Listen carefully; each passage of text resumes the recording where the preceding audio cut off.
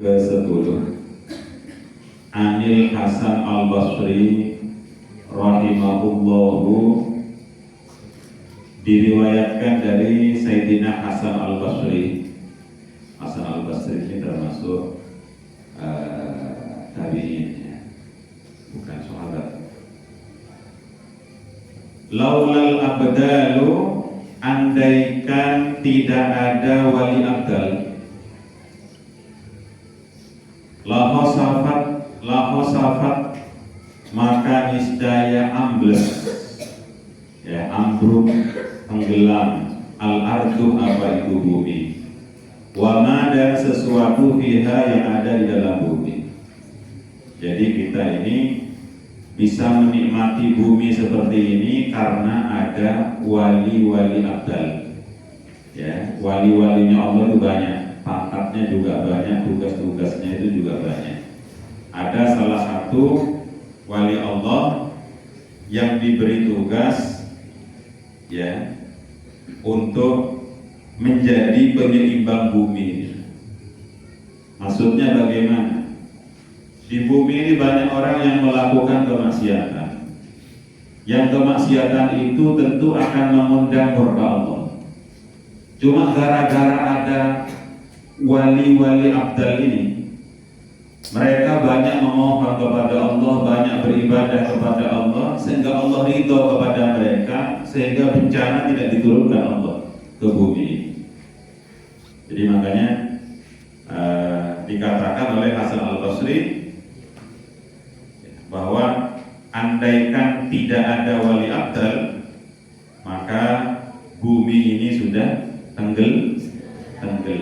Muak, Allah sudah muak melihat orang-orang yang banyak berbuat kerusakan di atas bumi atas nama rakyat kecil, ya, dikeluarkanlah anggaran, tapi kemudian anggarannya dimakan sendiri. Allah muak melihat mereka. Tapi untung masih ada wali-walinya Allah, kekasih-kekasih Allah yang beribadah, memohon keselamatan, ya, untuk kita semua. Ya, jadi memohon keselamatan untuk umatnya Nabi Muhammad ini.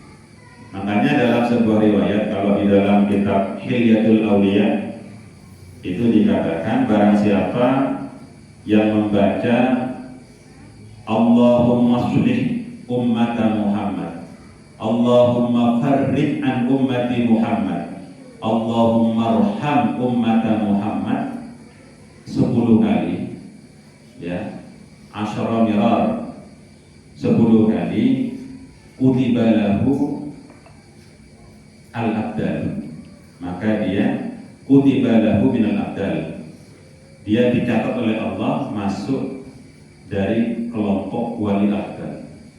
Kalau di dalam riwayat yang lain itu cukup 3 kali, Allahumma arham ummata Muhammadin, ya, ya Allah berilah kasih sayang kepada umatnya Nabi Muhammad. Jadi wali abdal itu yang dimintakan itu kebaikan untuk umat Nabi Muhammad, sehingga kita ini nggak dapat musibah itu ya gara-gara doanya wali-wali abdal itu. Makanya orang yang fi kulli yaumin asyara salah samarrat, ada riwayat begitu. Setiap hari siapa yang membaca setiap hari 3 kali Allahumma arham ummata Muhammadin, ya Allah sayangilah umatnya Nabi Muhammad, maka dia dicatat sebagai wali abdal. Luar biasa.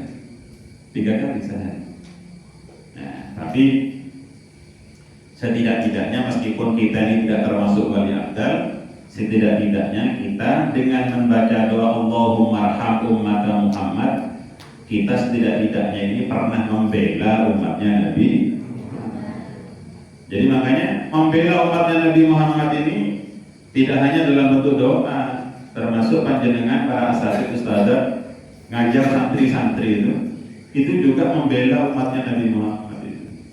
Karena santri-santri panjenengan bagaimanapun modelnya, mau senakal apapun, itu tetap umatnya Nabi Muhammad, ya.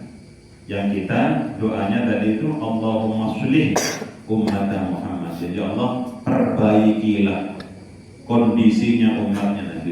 minta pertolongan Allahumma sholli umat Muhammad. Wah itu orang yang sering-sering mendoakan umatnya Nabi Muhammad itu, maka dia bertugas seperti tugasnya wali-wali Allah. Ruwiyan diriwayatkan annahu sallallahu alaihi wasallam, bahwa sungguhnya Nabi Muhammad sallallahu alaihi wasallam qala bersabda, al-abdalu adapun wali abdal arba'una rajulan adalah 40 laki-laki. Yang perempuan tidak usah protes.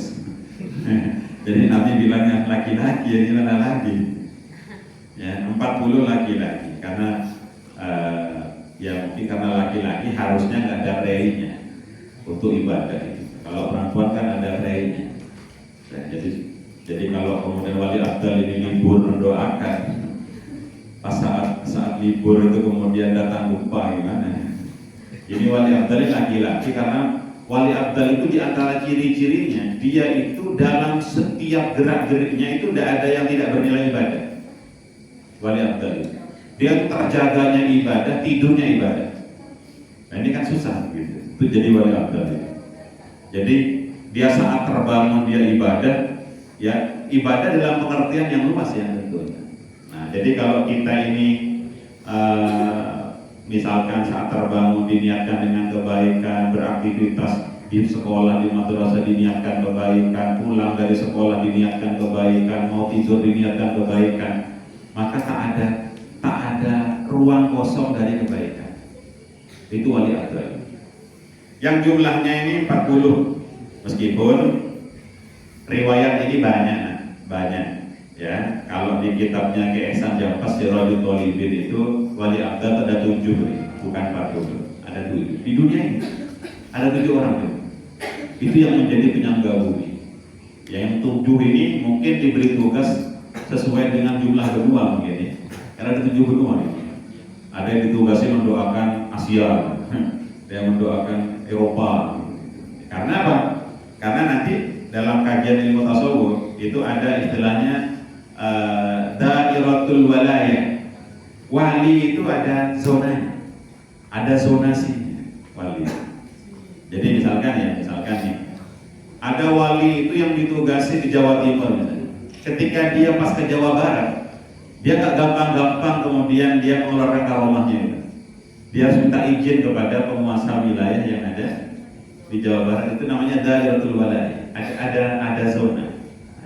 Gak gampang-gampang. Makanya saya pernah mendengar cerita Gus Min itu pernah ditemui orang yang sedang mau melahirkan atau gimana, minta doa Gus Min. Kemudian kata Gus Min, tunggu dulu, saya nih pamit dulu ke kiai siapa. Jadi karena beliau tahu bahwa di daerah itu ada walinya ya, jadi bahkan saya pernah oleh Kiai Muiz Wajar itu pernah didahului. Waktu itu saya bepergian bersama beliau ya. Beliau cerita bahwa beliau ini pernah dapat doa dari Sayyid Muhammad bin Alawi al-Maliki. Jadi kalau lagi macet di jalan, kena macet itu, beliau itu tawassul kirim Fatihah kepada wali macet. Maksudnya gimana?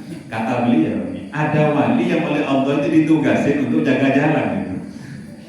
Ya itu dairatul walayah gitu. Jadi ada zona-zona di mana ada walinya. Ya, jadi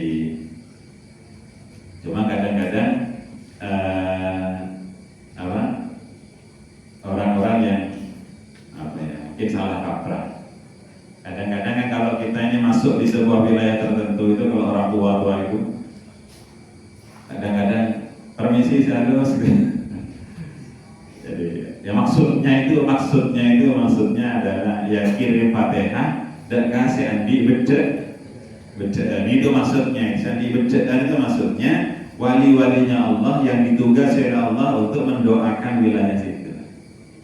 Saya pribadi waktu saya mau cari rumah dulu, saya sowan kepada guru kita semua Al-Mukarram Abah Kiai Haji Makarim Burhan. Saya tanya kepada beliau, Bah, kontrakan saya sudah tidak dikontrakan lagi, saya disuruh keluar. Saya ngontrak di Lindungan, di Gantama. Saya disuruh keluar, saya harus segera cari tempat lain. Kalau sekiranya bisa cari rumah untuk dibeli, saya pengen jaga kontrak-kontrak lagi. Oh iya, ada apa? Kira-kira daerah mana yang cocok untuk saya? Saya tanya pada beliau, saya mau tinggal di mana yang tepat itu? Kenapa? Karena Nabi mengajarkan kepada kita, ini perhatikan ya, yang masih belum punya rumah, yang sudah punya rumah sudah terlanjur, ya, yang belum punya rumah itu tuntunan dari Nabi, ajar qabla dar, ya, cari tetangga dulu baru cari rumah, ya, cari tetangga dulu baru cari rumah. Jangan seperti orang sekarang cari brosur mana perumahan yang murah, ya kan? Di sana murah, cicilannya murah, ya. Beli di situ. Tidak melihat lingkungannya seperti apa. Jadi yang benar itu lihat lingkungan dulu. Di sana lingkungannya bagus, tetangganya bagus. Tanya, ada tidak rumah yang mau dijual? Ada tidak tanah yang mau dijual? Gitu. Nah, waktu itu beliau menyampaikan kepada saya, kalau di Gang Taman itu sampai tidak usah udah cari, kalau ada beli Gang Taman. Bagus di sana. Saya waktu bilang Taman. Saya minta alternatif lagi, selain Gang Taman mana lagi, Mbak?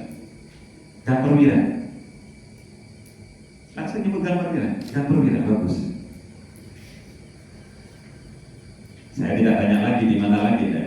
Sudah pilihannya Gang Taman atau Gang Perwira. Lalu saya tanya lagi, kenapa Gang Taman, kenapa Gang Perwira?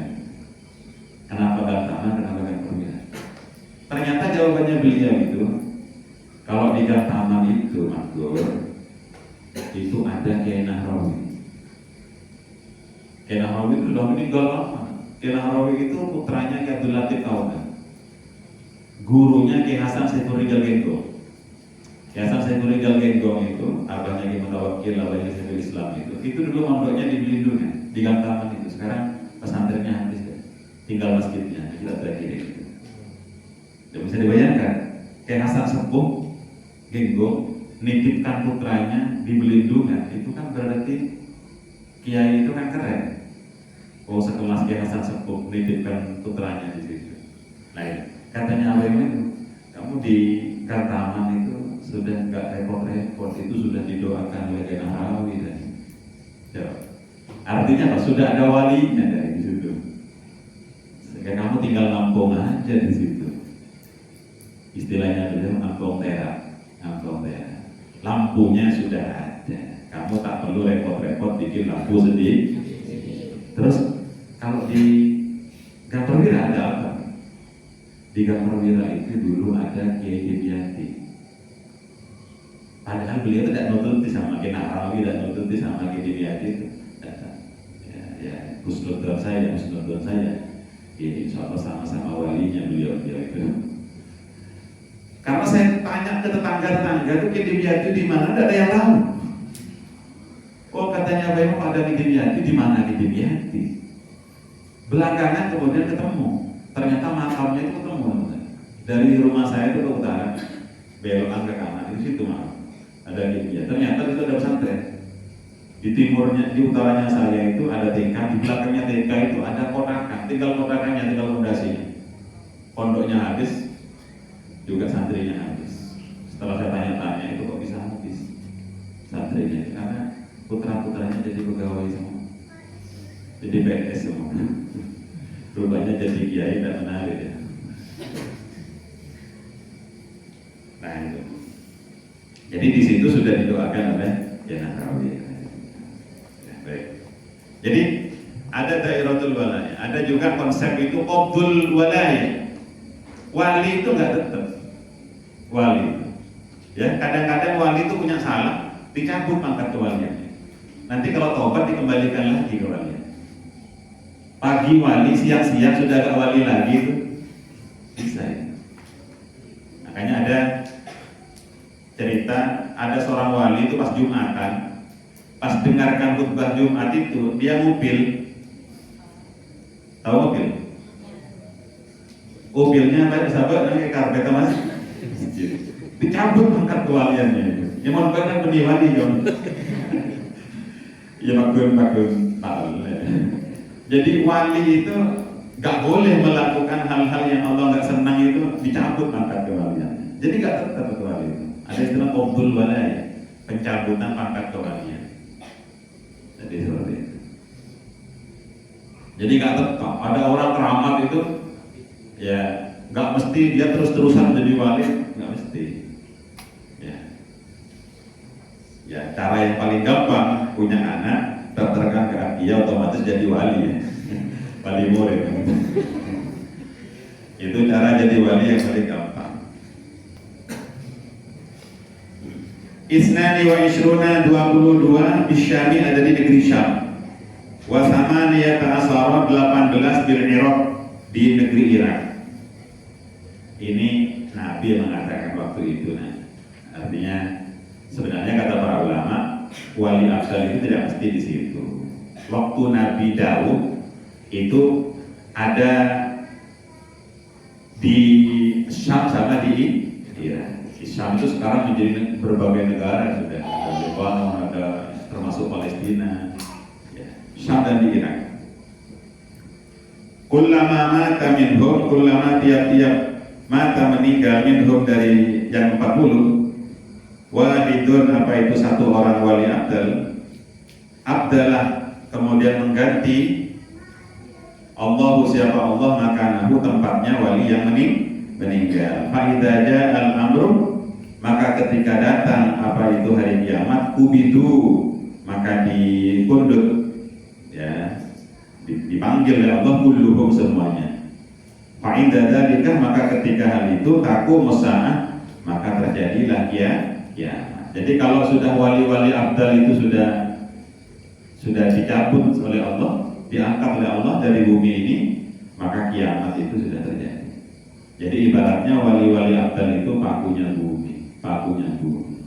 Nah tapi wali abdal ini namanya saja abdal. Abdal itu jamak dari badal. Badal itu artinya mengganti. Setiap ada yang meninggal satu, maka Allah mengangkat wali abdal yang lain. Cuma ini menjadi rahasia. Wali itu nggak ada identitasnya.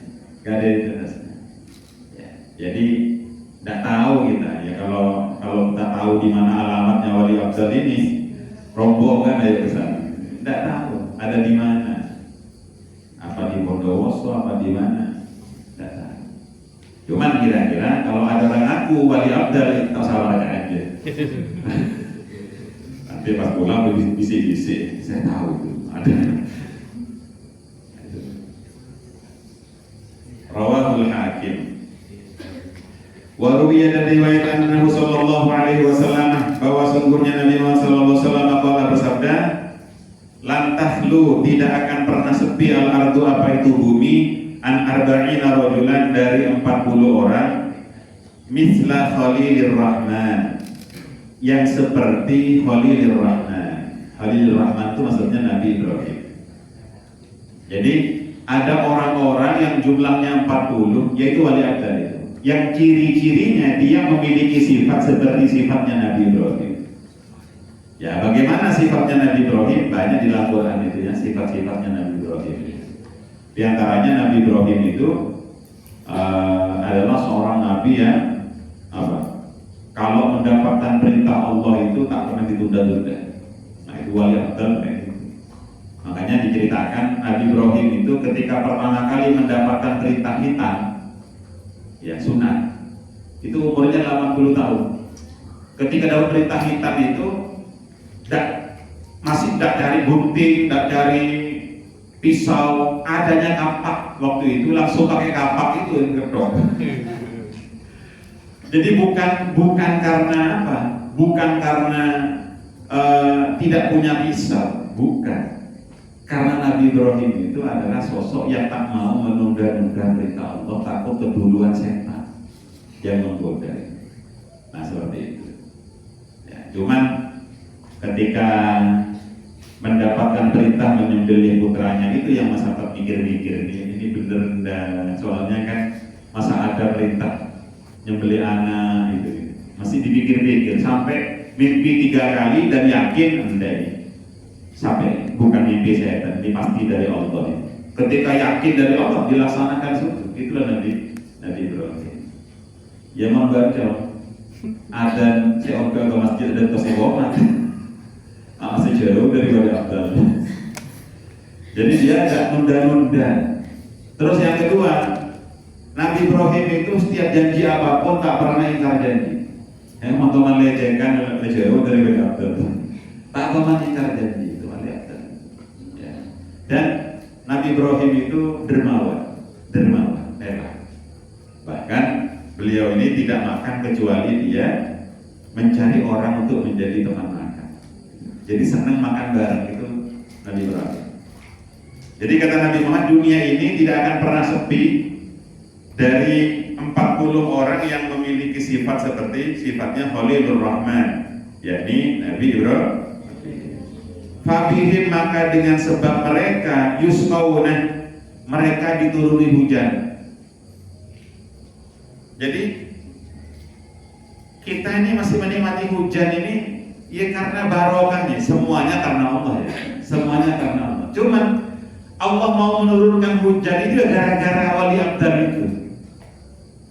Ya makanya kalau pas lagi sulit hujan ya banyak Fatihah wali-wali abdal ini. Ya kalau sawahnya butuh air ya kirim Fatihah sama wali-wali abdal ini. Ya. Kata Nabi, fabihim yusqauna wa bihim yunsurun, dan sebab mereka yunsuruna, mereka mendapatkan pertolongan dari Allah. Jadi kita ini banyak dapat pertolongan ya barokahnya wali-wali abdal yang tidak kita tahu itu. Tapi setidak-tidaknya kalau kita ini sholat, dalam sholat itu kita membaca salam, assalamu alayka ayyuhan nabiyyu wa rahmatullahi wa barakatuh, assalamu alayna wa ala ibadillahis sholihin. Itu sudah masuk semua itu. Jadi kita ini kuluk salam menyapa semua hamba-hamba Allah yang saleh, ya termasuk aulia itu, termasuk aulia semua.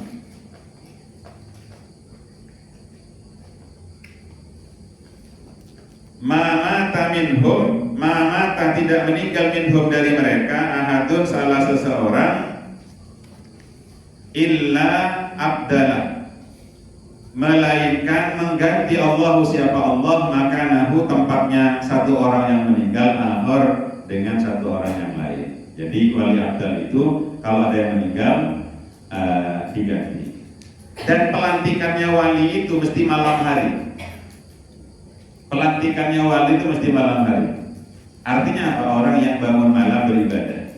Saat dia bangun malam beribadah, kemudian dia diangkat menjadi wali. Dan banyak wali itu tidak sadar kalau dirinya wali. Ya. Jadi banyak wali itu nggak sadar kalau dirinya wali. Yang tahu wali justru orang lain yang sesama wali itu. Kalau dirinya kadang-kadang nggak sadar. Seperti kisahnya di Yaman itu ada seorang wali namanya Abdurrahman Bajal Haban. Abdurrahman Bajal Haban.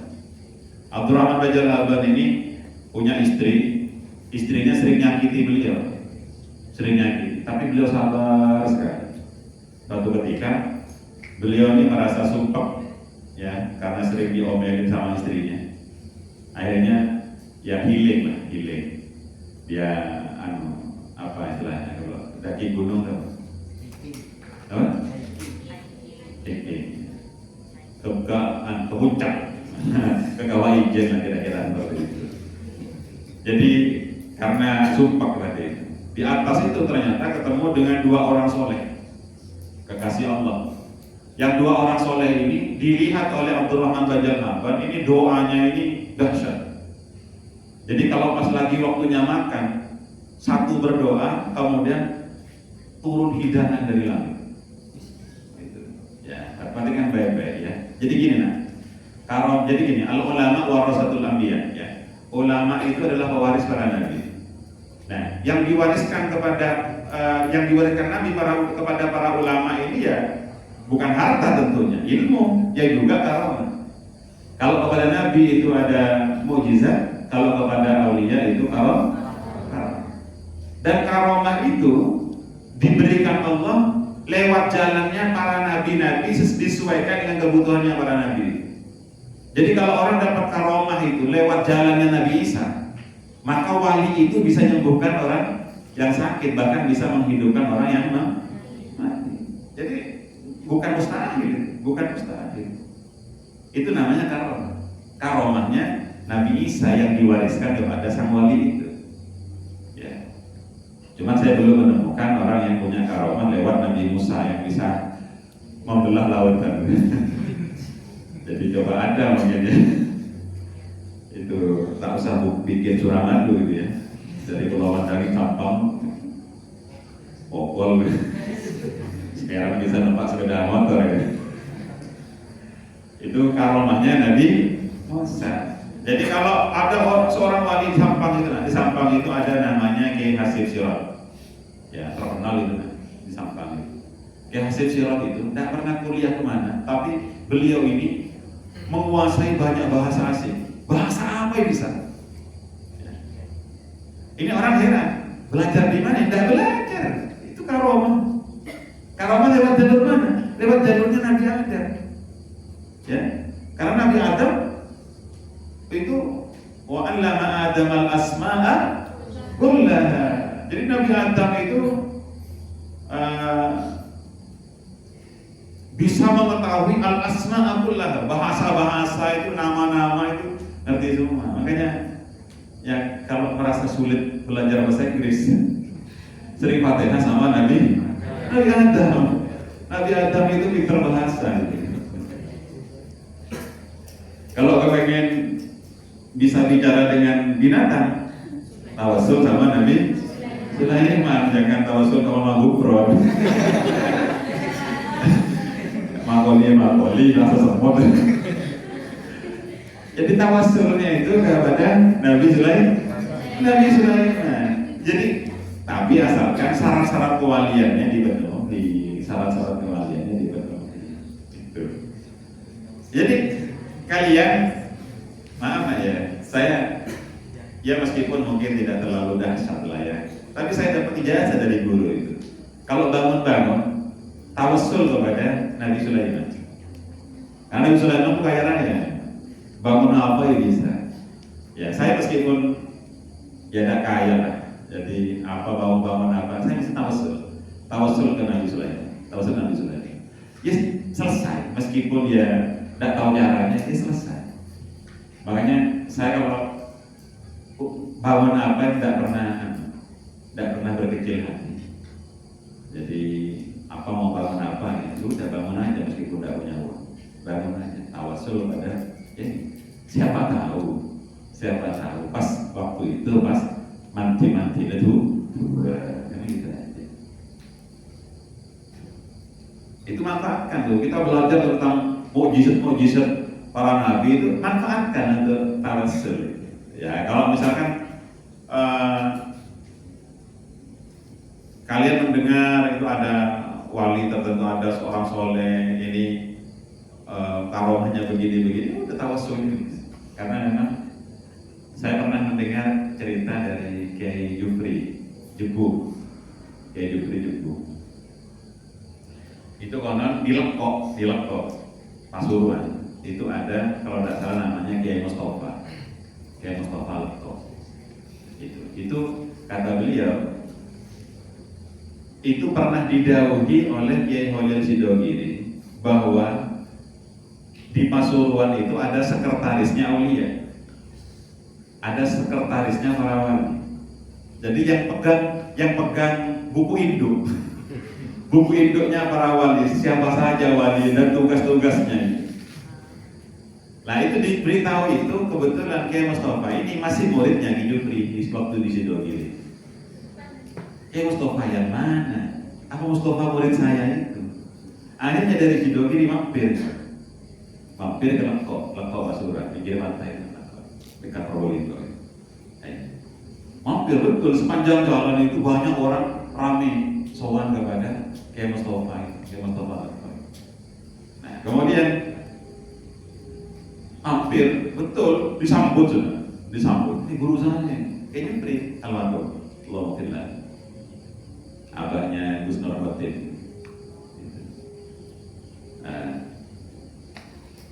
Ya dilihat ini kok keramat sekali, tapi di hatinya masih ragu, bener tidak ini wali. Kemudian memberanikan diri bertanya. Kalau wali kan tidak mungkin bohong. Akhirnya Jibril tanya, Mustafa, iki Pak Guru, Om Kuan berwali. Ditanya nih, Om Kuan berwali. Kan pertanyaan yang sulit itu. Bilang tidak, bohong. Dan wali tidak boleh bohong. Bisa dicabut pangkat kewalian itu. Bilang iya, rata-rata wali itu tidak mau menampakkan diri. Wali itu tidak mau menampakkan diri. Ya. Jadi apalagi yang berstatus. Jadi akhirnya Om Kuan berwali, engki Pak Guru. Pas tanya, mon arwah wali. Jadi Jibril tanya beberapa nama. Engki kan di sana Pak Guru, wali Pak Guru. Apa tuh kesemua? Anu kasih Pak Guru. Jadi beliau itu ngerti siapa saja wali dan di mana dan tugasnya apa dari Allah. Diberi tugas apa? Makanya saya pernah mendengar, kalau tidak salah, ceramahnya Gus Mus, ya Mustafa Bisri. Dulu itu Kiai Hamid Pasuruan itu pernah didatangi oleh Gusmi. Waktu itu Gusmi masih muda, ya si jadab-jadabnya itu. Ya. Itu katanya Kiai Hamid Pasuruan, saya kalau menjadi seperti Gusmi itu nggak sanggup, karena tugasnya berat. Karena Pak Gusmi itu seorang kekasih Allah yang ditugasin tiap harinya itu di tempat pelacuran, di tempatnya orang-orang mabuk, ya kan? Padahal beliau Kiai pelosok, santrinya ribuan, jamaahnya ribuan, ya. Tiap malam di tempat-tempat hiburan. Kalau kita kan takut nggak didatangi santri, Mas Pak Nyopang misalkan ya. Saya nongkrong semalaman di tempat karaoke. Insya Allah aku banyak wali santri pamit. Ada mak mata orang santri kalau orang ini. Nah, ini berarti kita kalau masih seperti itu masih takut terhadap penilaian orang lain. Tapi ya Allah, seorang Gusmi itu pernah saya membaca wawancara di majalah Tasawuf. Dulu redakturnya itu Kiai Agil Sirot. Itu wawancara dengan Gusmi. Kenapa kok di tempat pelacuran? Gusmi nyampaikan begini. Ya, tidak untuk ditiru sebenarnya, bukan makomnya. Ya, tapi beliau nyampaikan begini. Pelacur itu paling lakunya hanya sampai umur 30. Setelah di atas 30 sudah skala saing dengan pendatang-pendatang baru yang lebih muda-muda. Itu kalau setelah dia tidak bekerja seperti itu, lalu siapa yang membimbing? Kalau nggak ada yang bimbing, akhirnya dia menjadi mucikari, menjadi gerbong, menjadi penampung, mencari mangsa baru. Nah, ya Allah, itu. Ada buku karya Profesor Rosa, penelitian. Dulu yang meneliti itu teman saya namanya Lukman, sekarang dosen di UIN Sunan itu. Tapi sebagai volunteernya Pak Rosa, meneliti di spiritualitas di Gandoli, Surabaya. Diterbitkan bukunya, kalau kamu tertarik beli itu, ada bukunya judulnya itu Agama Pelacur. Agama Pelacur. Saya selesai baca itu. Jadi bahwa di tempat-tempat seperti itu ada spiritualitas, dan ternyata ya tadi itu ada kekasih-kekasih Allah yang mendampingi mereka, yang menyayangi mereka. Karena meskipun kata orang mereka itu sangat jelek, tapi kan semuanya itu umatnya Nabi Muhammad, umatnya Nabi Muhammad. Waruya, dan riwayatkan annahu sallallahu alaihi wasallam, bahwa sungguhnya Nabi Muhammad sallallahu alaihi wasallam qala bersabda, salasun man kunna fihi fahuwa minal abdali. Salasun, ada 3 perkara ya. Man kunna fihi, barang siapa yang tiga perkara itu ada di dalamnya, bahwa maka adapun dia minal abdali, termasuk dari wali abdal. Jadi kalau ada tiga perkara, kalau tiga perkara ini konsisten ada pada seseorang, maka dia termasuk dari wali abdal. Apa yang tiga perkara ini? Ar-ridha bil qada, nerima dengan ketentuan Allah. Qada. Ya contoh apa? Misalkan nih, kita pas kehilangan, tidak susah meskipun kehilangan, dompet hilang, sepeda motor hilang, misalkan. Ya sudah, ini sudah takdir Allah, ridho, nerima, ridho. Jadi dia tidak pernah gelisah dengan apa yang menjadi takdir Allah. Nah, itu wali abdal begitu. Wasabru, dan bersabar an maharimillahi, dari perkara-perkara yang diharapkan oleh Allah. Dia bersabar dengan apa yang diharapkan oleh Allah. Yang nggak boleh itu dia sabar. Ya, tidak melabrak dan dilanggar. Wal ghadabu, dan marah bidatillahi, semata-mata karena adanya Allah. Marah maksudnya itu marah ketika agama dilecehkan, marah ketika sholat main-main, itu maksudnya. Marah ketika ada murid kok berani sama gurunya, marah kalau ada anak kok kurang ajar sama orang tuanya, gitu. Jadi marahnya itu karena ajaran Islam diinjak-injak, karena kebenaran kok dilecehkan, itu. Bukan marah karena kita dihina. Ya, kalau kita dihina justru Nabi ngajarin kita agar sabar, bukan marah. Tapi kalau Islam, ajaran Islam yang dihina, dilecehkan, marah. Itu wali afdal seperti itu. Ridha bil qada, sabru an maharimillah, dan wal ghadab bidatillah. Dia marah semata-mata karena Allah. Berat tidak? Berat. Itu syarat jadi wali itu.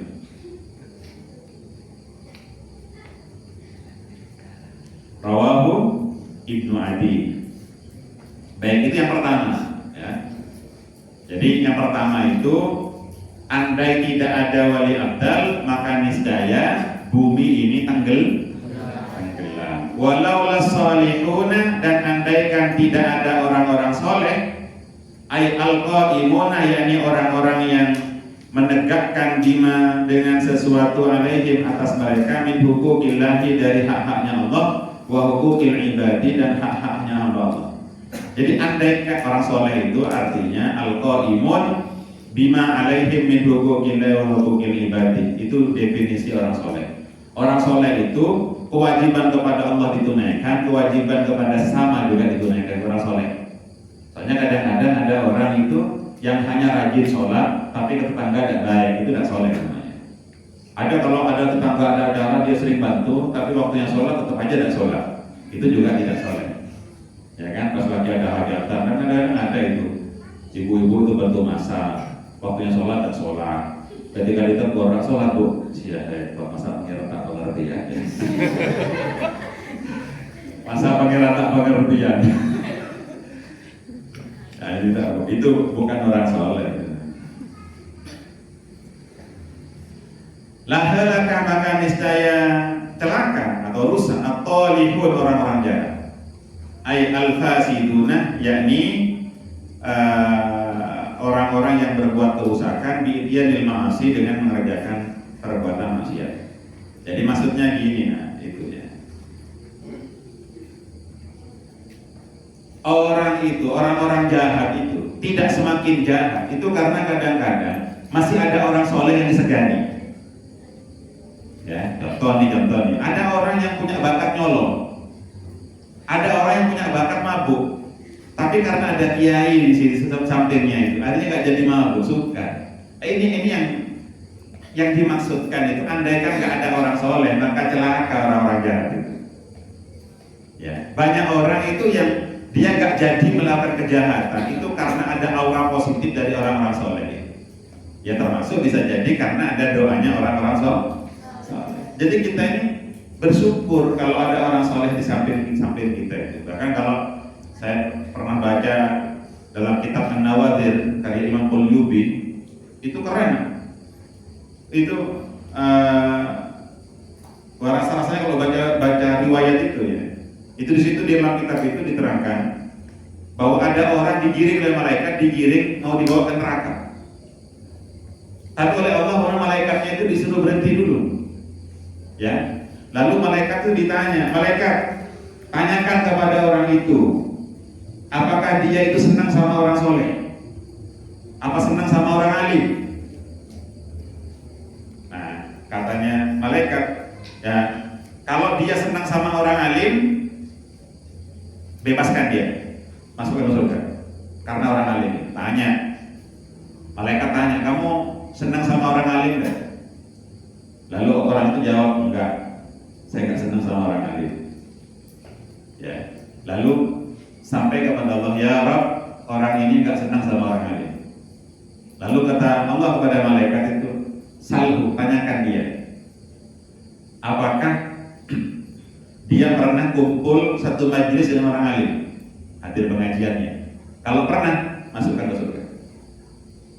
Tanya, apa kamu pernah hadir di majelisnya orang alim?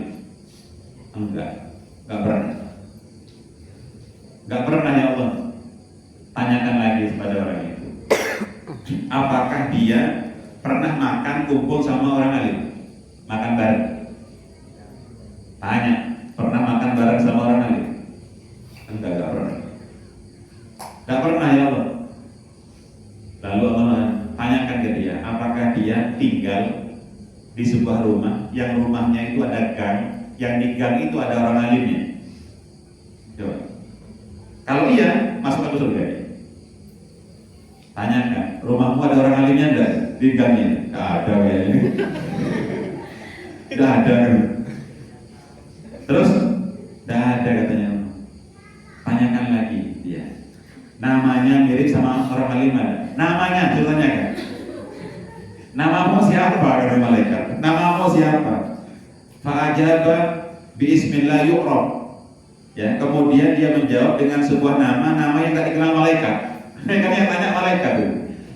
Kira-kira lah ya. Nama-namanya apa? Ya artis-artis yang kira-kira malaikat itu kan asik. Tapi kalau namanya siapa namanya? Abdullah, Abdurrahman, ya kan? Jadi ya Muhammad Imran, pasti terkenal itu. Terkenal itu malaikat apa ya? Nah, jadi apakah namanya sama dengan namanya orang alim? Maaf ya, Atus bin. Nama saya Madhus. Saya pernah bertanya pada orang tua saya. Jadi kata bapak saya itu, saya diberi nama Madhur, minta nama ke guru saya, namanya Haji Agaria Bahir. Saya tanya ke Mbak Amir. Jadi bapak saya tanya ke Mbak Amir, kenapa kok diberi nama Madhur? Karena beliau itu punya senior di Sidogiri, alim, yang akhirnya jadi kiai besar Sampang, namanya Kiai Madhur, ketua NU di Sampang. Sampai wafat beliau jadi ketua NU. Jadi katanya beliau, kamu diberi nama Madhur ya supaya mirip-mirip ke Madhur lah katanya. Senang ke NU. Subhanallah, saya jadi ketua NU. Itu barokah nama. Nah kalau saya baca An-Nawadhir ini kayaknya masuk surga saya. Kayaknya masuk surga. Kenapa? Karena malaikat sering tanya sama saya. Tanya namanya, apakah namanya mirip sama namanya orang alim? Ya, meskipun saya bukan orang alim, tapi kan ada Madhur, semua orang tahu Madhur Sampang itu alim, alumni Sidogiri, alam. Ya, jadi seperti itu. Jadi makanya cari nama itu hati-hati. Jadi jangan terlalu pede ngasih nama sendiri. Jadi ya kecuali namanya bagus. Ya milihlah namanya orang alim itu diambil satunya itu silahkan kreasi sendiri.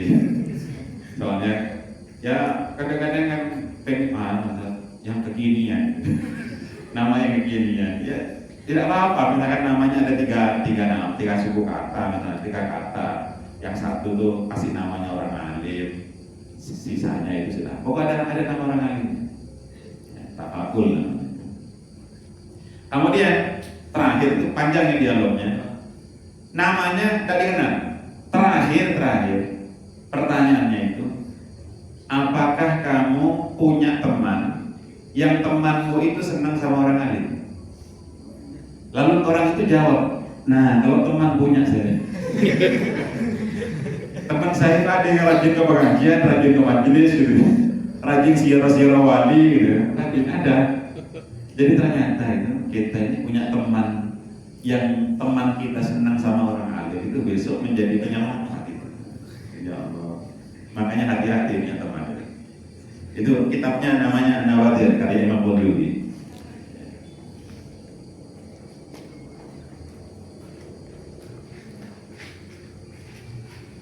Walau lal ulama, dan andaikan tidak ada ulama la soran nasub, maka menjadi apa itu manusia kulluhum semuanya kal bahaim seperti binatang ternak.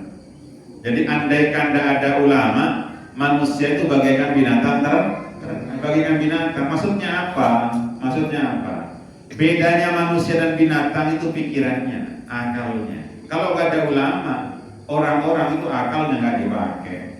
Kalau tadi itu, kalau orang soleh itu menyelamatkannya, tapi kalau ulama itu menyelamatkan peradaban, menyelamatkan manusia dari kebodohan. Kalau manusia itu bodoh kan nggak ada ubahnya seperti binatang. Itu maksudnya. Jadi laulal ulama ini terkenal ini. Laulal ulama la sara nasu kulluhum kal bahaim. Qala Abu Lais, qala berkata Abu Lais, siapa Abu Lais as-Samarqandi maksudnya, pengarang Ambil Wafidin itu. Man jalasa inda alimin, man jalasa man barang siapa jalasa yang duduk inda alimin di sisinya orang alim. Ya, maksudnya sering hadir di pengajian orang-orang alim. Walam yakdir, dan dia tak mampu ala hifdzi syai'in dari menghafal sesuatu minal ilmi dari ilmu. Maksudnya cuma duduk saja, ilmunya nggak dapat dia. Pengajian kayak tak paham, pokoknya hadir, maksudnya itu. Pokoknya hadir. Apalagi paham, gitu ya. Hadir pengajian, sepentinglah bisa melihat orang alim, bisa kumpul sama orang alim. Ya. Nalah sab'a karomatin, nalah mendapatkan sab'a karomatin terhadap 7 kekeramatan. Hanya kumpul saja sama orang alim, kumpul saja, meskipun dia nggak paham, itu dia dapat 7 keramat. Apa saja 7 keramat itu? Fadlal muta'allimina. Yang pertama, dia mendapatkan keutamaan sebagai muta'allim, sebagai orang pembelajar. Orang pembelajar itu kan banyak hadisnya. Orang yang belajar itu dia kan didoakan oleh semua makhluk-makhluknya Allah. Sampai semut-semut kata Nabi, sampai ikan-ikan di tengah laut, semuanya mendoakan orang-orang yang sedang belajar. Nah, jadi kita asalkan kumpul di majelis seperti ini, ya, meskipun nggak paham, kita setidak-tidaknya mendapatkan derajat keutamaan sebagai seorang santri, sebagai seorang pembelajar. Wahabasahu anid dzunub, dan yang kedua dia terpelihara dari melakukan dosa.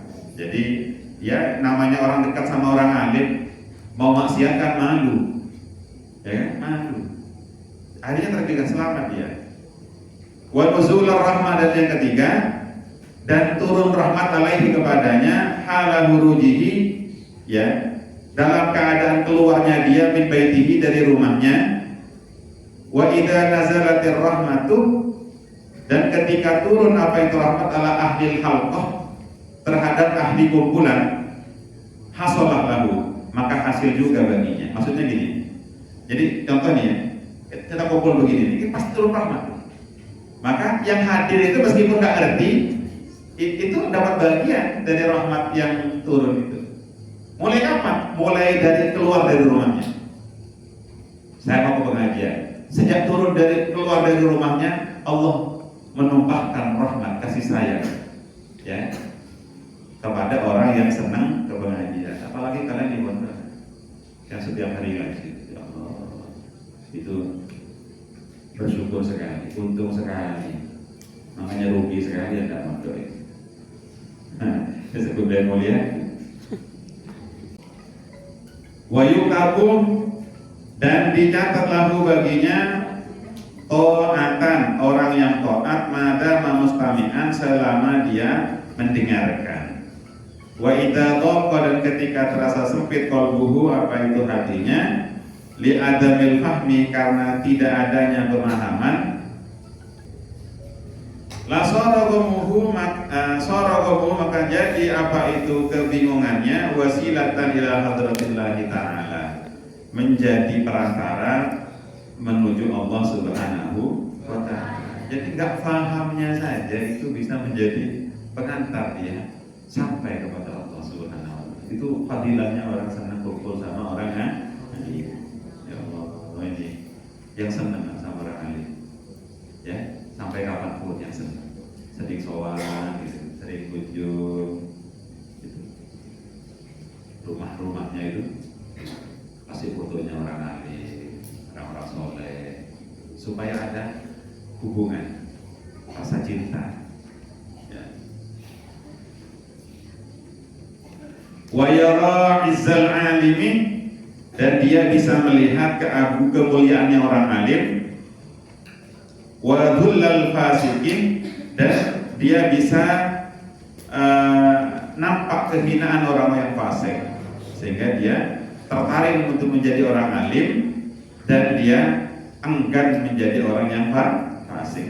Fayamilu, maka condong tabuhu, tabiatnya, ilal ilmi, terhadap ilmu. Wa yuraddu, dan menolak, yang ketujuh itu qalbuhu, apa itu hatinya, anil fiski, dari kefasikan. Tuh, baik. Walau la sultanah, dan andaikan tidak ada pemerintah, sultan, laha laka ba'duhum, maka niscaya rusak ba'duhum, apa itu sebagian mereka, ba'dhan, terhadap yang lain. Laha laka, maka merusak ba'duhum, siapa sebagian mereka, ba'dhan, terhadap yang lain, bil qatli, dengan membunuh, wal ghasbi, dan gosok, mencuri maksudnya, wa ghairi dzalik, dan yang lain-lain. Jadi andaikan nggak ada pemerintah, maka kehidupan ini menjadi kacau, menjadi kacau.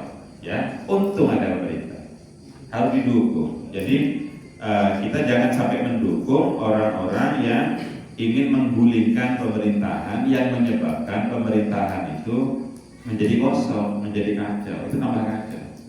Ya boleh misalkan ya presiden sekarang misalnya nggak baik misalnya. Ya sudah, tunggu aja nanti pemilu depan, jangan dipilih lagi, kan begitu ya, jangan digulingkan.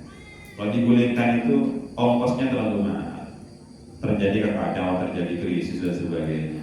Seperti tahun 98 itu terjadi kerusuhan, saling perampokan dan sebagainya, itu kacau. Jadi ya sesuai konstitusi saja lah. Jadi kalau tidak baik, nanti waktu pemilu lagi ya usah dipilih. Soalnya nih, laula sultan la halaka ba'dhum ba'dha. Kalau tanpa pemerintah, ya maka akan terjadi kerusakan. Walau lal hamqa, ini menarik ini. Kalau nggak ada orang bodoh, ay alladzina fasadat uquluhum, yakni orang-orang yang rusak akal mereka, la kharabatid dunya, maka hancur dunia ini. Kalau nggak ada orang bodoh, ay la fasadatil bilad, yakni rusak apa itu negeri-negeri, wal manazil, dan rumah-rumah. Maksudnya apa itu? Enggak, berarti orang bodoh itu ada manfaat. Enggak, maaf ya, nah, jadi ini saya baca kitab ini. Maksudnya begini, orang-orang bodoh itu kan maaf sekali. Itu kan kerjaannya seringkali melakukan pekerjaan-pekerjaan yang orang lain nggak mau kan. Suruh mikul apa? Coba mau pinter-pinter suruh mikul bedis seharian. Nggak bisa itu. Gara-gara cetak pinter, akhirnya bangunan berdiri. Artinya makanya kamu kalau tidak kepingin soro hidupmu ya, jangan jadi orang yang ahmak, jangan di sini istilahnya ini hamko, orang yang bodoh, orang yang bodoh. Jadi artinya apa? Semuanya itu ada keteraturannya. Artinya begini, gampangnya gini, mun pasca pi orang resoki. Siapa saya mau ojek kan? Mon pas kapi oleh rasoki, siapa saya dia toka? Mon pas kapi oleh renter, saya nyedot WC siapa?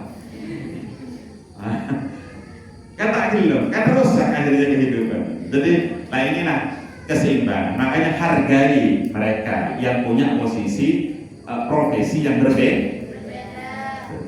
Jangan remehkan, maksudnya itu ya maaf, bukan ini meremehkan, bukan meremehkan. Ini mengajarkan akan keseimbangan kehidupan. Saya pernah belajar sosiologi, ada teori namanya teori fungsionalisme. Di antaranya saya pernah baca bukunya Robert K. Merton. Dia punya teori begini. Pokok semuanya itu punya fungsi. Apapun itu punya manfaat. Termasuk kemiskinan. Kemiskinan itu ada manfaatnya. Jadi kalau ada pemerintah punya ambisi ingin menghapus kemiskinan, itu akan bikin rusak itu. Coba nggak ada orang miskin, kacau negeri ini. Ya, nah seperti itu. Misalnya gara-gara ada orang miskin, fungsi barang menjadi lama kan. Baju, kalau semua orang kaya mungkin dipakai sekali 2 kali sudah dibuang. Akhirnya sampah di mana-mana. Gara-gara ada orang miskin, meskipun sudah dibuang dari Singapura, di Bondowoso laku dijual dulu nih. Namanya Babebo. Itu ternyata adanya orang miskin masih bermanfaat. Siapa yang suka beli Babebo? Saya. Yang terakhir, walau larihu, dan andaikan tidak ada angin, la antana, maka niscaya menjadi busuk kulla syai'in, segala sesuatu, bisa babil jifi, dengan sebab bangkai. Kita ini kadang-kadang nggak sadar bahwa gara-gara angin bau itu tidak stagnan, bau tidak menetap, ya kan? Gara-gara ada angin, akhirnya ada bangkai tikus mungkin kena angin sehingga tidak kena ke kita, karena kena angin sampai dia hancur dan akhirnya baunya habis. Nah ini, jadi laularih, andaikan tidak ada angin, kata Sayyidina Hasan al-Basri, la'an tanah kulla syai'in, maka niscaya menjadi busuk kulla syai'in, segala sesuatu, bisa seperti wal maqalatul hadiyatu asarahu wallahu a'lam bishawab. Demikianlah ya yang dapat saya sampaikan, semoga ada manfaat. Assalamualaikum warahmatullahi wabarakatuh.